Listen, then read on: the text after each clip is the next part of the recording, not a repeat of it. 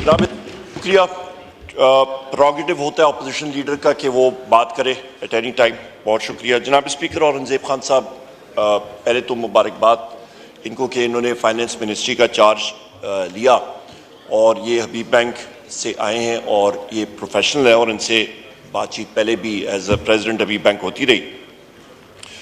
दो तीन चीज़ें सर आपके सामने रखना चाहता हूँ।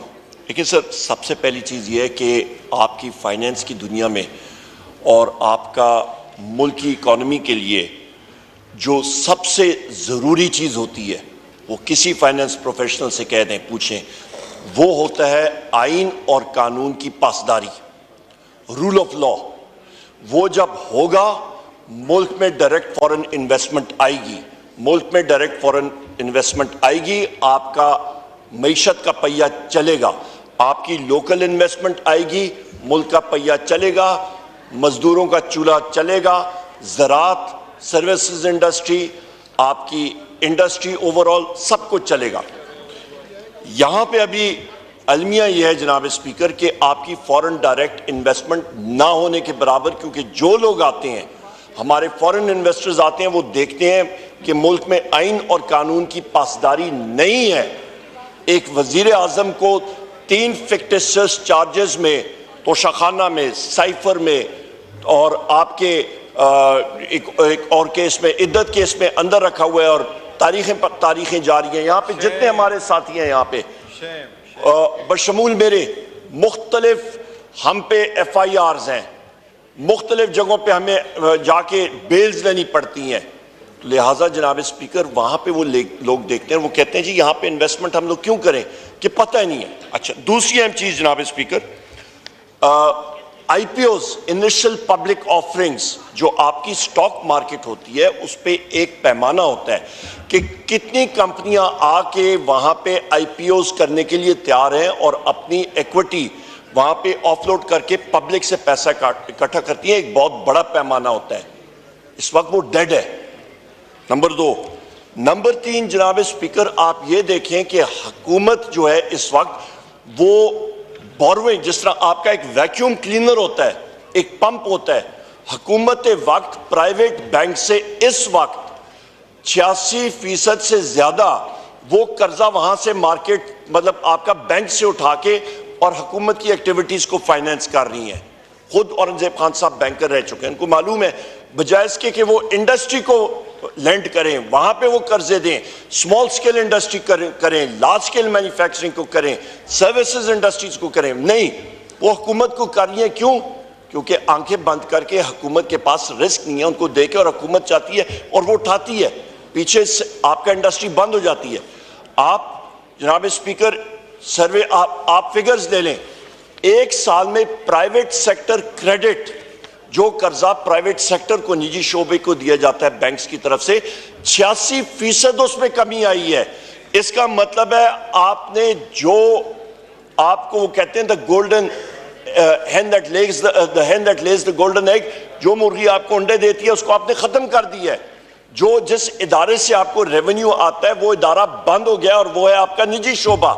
आपकी मुलाजमतें वहां से बनती हैं, हुकूमतें से मुलाजमतें, ग्रेड 4 से आपकी मुलाजमतें नहीं आती हैं, प्राइवेट सेक्टर से आती हैं, वो तो खत्म हो गया।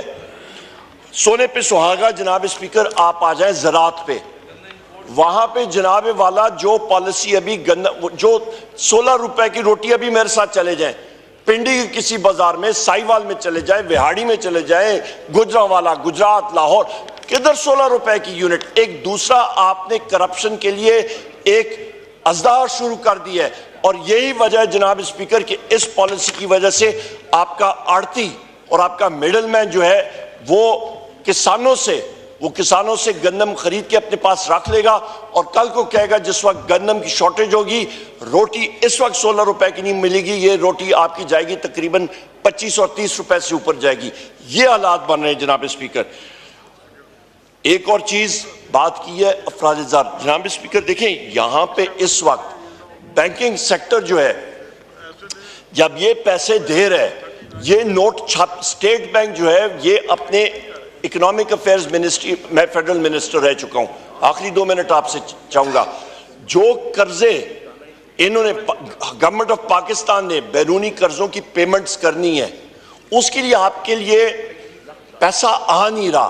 करंट अकाउंट डेफिसिट की जो हम लोग बात करेंगे जी हमारा कम हो गया है, वो इसी उसकी बुनियादी वजह कम होने की ये है कि हम लोग अपनी एक्सपोर्ट ज्यादा नहीं कर रहे हैं, एक्सपोर्ट्स आपकी डेड है।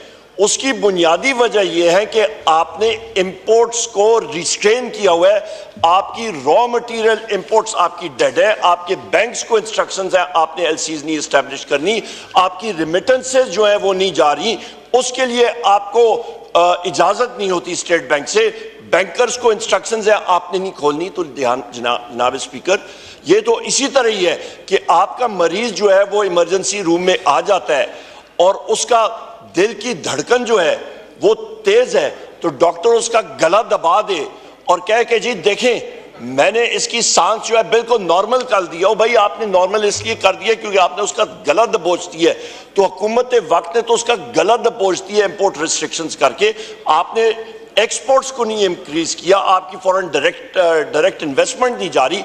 सऊदी डेलीगेशन आया यहाँ पे, बड़े फैनफेयर से आया, हम लोगों ने वेलकम किया, पर at the end of the day वहां पे इन्वेस्टमेंट्स इसलिए नहीं हो रही हैं क्योंकि वो देख रहे हैं वो बहुत सोफिस्टिकेटेड।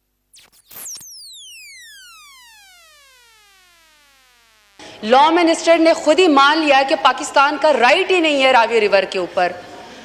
इंडस वाटर ट्रीटी के अंदर ये नहीं कहा गया कि इंडिया आप 40 साल से सोते रहे और इंडिया आपके बैराजों के ऊपर बंद बांधता रहे।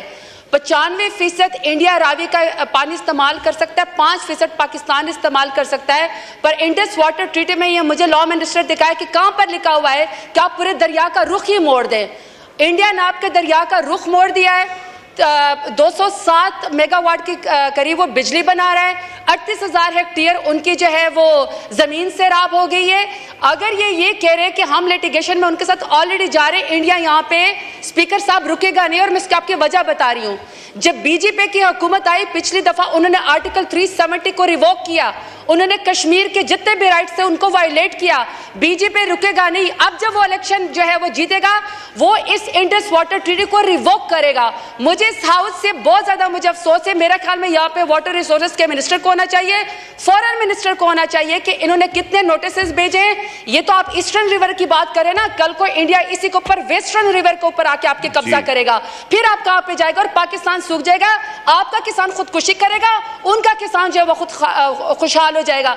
मेरा ख्याल है कि यहाँ पे फॉरेन मिनिस्टर को भी आना चाहिए। हमारी इंफॉर्मेशन के मुताबिक तो उल्टा हमने उनको नोटिस क्या भिजवाने थे, इंडस वाटर ट्रीटी के हमारे मेंबरान ने क्या वो भिजवाना थे, उल्टा उन्होंने आपको नोटिस भिजवाए हैं। तो मुझे तो इंतहाई यहाँ पे मैं ये एस्टेब्लिश करना चाहती हूँ कि हमारे लॉ मिनिस्टर ने खुद ही पानी के राइट्स ऑफ कर दिए और इंडिया के जाके हक में जाके उन्होंने डाल दिए।